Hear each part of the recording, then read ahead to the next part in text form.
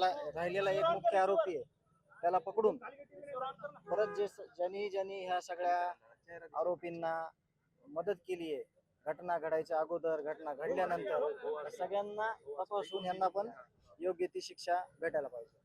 पण 2 आरोपी पकडले, काही समाधान वाटतं मनाला? मी आणि तिसरा मी सकाळी सांगितलं होतं, सकाळी ज्यावेळेस मी घरून निघलो की योग्य तपास चालू आहे आणि लवकरच जे गुन्हेगार आहेत ते जेरबंद होतील. आणि तसंच झालं, आम्ही अर्ध्या वाटात होतो, आम्हाला माहिती समजली की 2 आरोपी मुख्य आरोपी ताब्यात घेतलेत आणि ते राहिलेला एक आहे तो पण नक्कीच लवकरात लवकर ताब्यात येईल. आणि मग त्याच्यानंतरचं पुढचं जे पाऊल आहे आपलं, म्हणजे आपल्याला जे सांगायचं आहे आपल्याला प्रशासनाला, पोलीस यंत्रणेला, CID ऑफिसरला, की पुढचं माझी जी विनंती करणार आहे मी, तर ते त्यावेळेस मी सांगेन. रेशन घुले हा खंडणीपासून अपहरण आणि हत्या या तिन्ही गुन्ह्यांमध्ये आहे.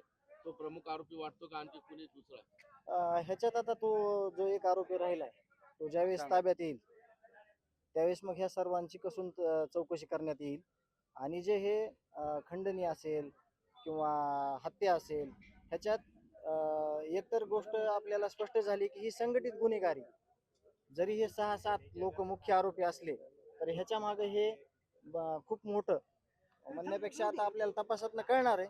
पण हे बऱ्याच लोकांची, ह्या लोकांना गुन्हेगारी जे करता येते तर ह्या गुन्हेगारीमध्ये ह्यांची म्हणजे साथ भेटलेली, ह्यांना अभय भेटलेलं आहे त्यांचं, म्हणून त्यांनी ही इतकी क्रूर कृत्य केलेलं आहे.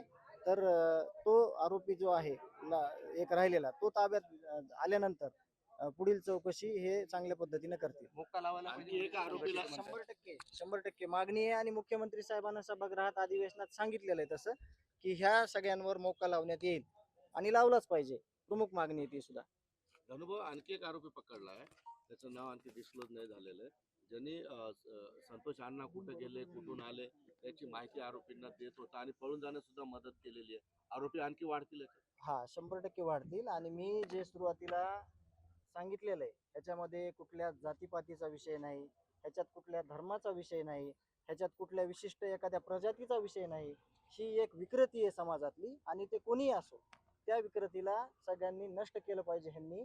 आणि एक धडा शिकवला पाहिजे आणि समाजात एक असा मेसेज गेला पाहिजे की कुणालाही चूक केल्यावर माफी भेटत नाही ह्या महाराष्ट्रामध्ये, असं एक उदाहरण झालं पाहिजे. आणि माझी पण तीच मागणी आहे. वाल्मिकी अण्णांची माहिती ज्याला होती तो तुमच्या गावचा, तुम्ही ओळखता का त्याला? की ज्यांनी गावातल्या प्रत्येक माणसाला आम्ही ओळखतो, पण त्याच्यातल्या ज्या कोणी विकृती असतील तो कोणी असू द्या त्याला सजा व्हायला पाहिजे. हे सगळे मुख्यमंत्र्यांपासून ते सर्वसामान्य जनता तेच बोलती, कुणी असलं तरी त्यांना शिक्षा द्या.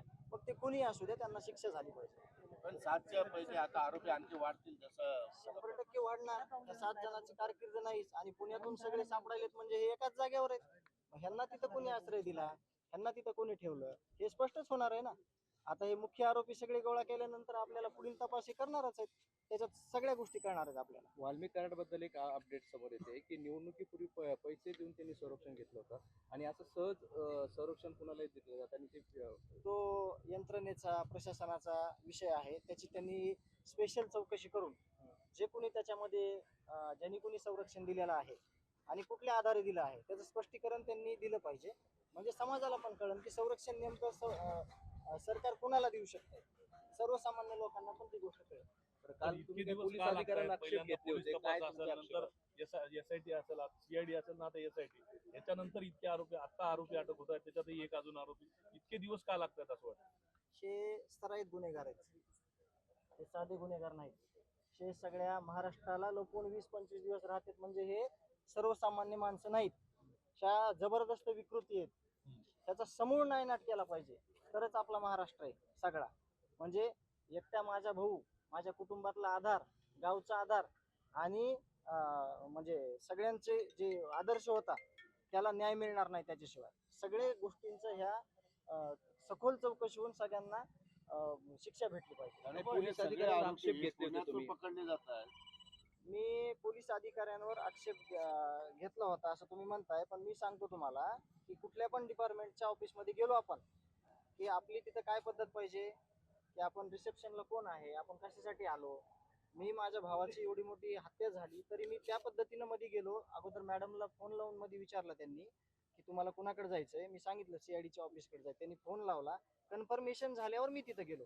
आणि जर एखादा व्यक्ती येत असेल तिथं आणि डायरेक्ट मी सीआयडी कडे आलोय म्हणून घुसत असेल तर त्यावर माझा आक्षेप होता आणि मग तिथं मी लेखी स्वरूपात दिलेला होता.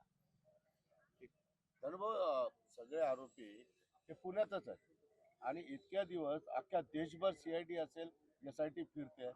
काय कारण दिसतंय तुम्हाला की हे सगळे आरोपी पुण्यात आहेत? ह्याचं कारण एकच आहे. हे सगळे एका जागेवर आहेत म्हणजे हे सगळे म्हणजे कुणीतरी जे ठेवलेलं आहे तिथं जिम्मेदारीनं ठेवलं असेल ना त्याने त्यांना एका जागेवर सेफ्टी, त्याचा तपास लवकरच होईल. आणि कोण असणार आहे ते तपासातून कळून जाईल. आपण कसं सांगणार आता, आपण कोणाचं नाव घेणार? तपासात 100% त्यांना माहिती असेल. ते अधिकारी जे आहेत सगळे ते स्पष्टीकरण देतील त्याचं. आरोपी अटक व्हायला जितके दिवस लागतात तपास निष्पक्ष होईल असं वाटतं का? तपास निष्पक्ष व्हायलाच पाहिजे आणि आम्ही त्याच्याशिवाय मागे हटणार नाही.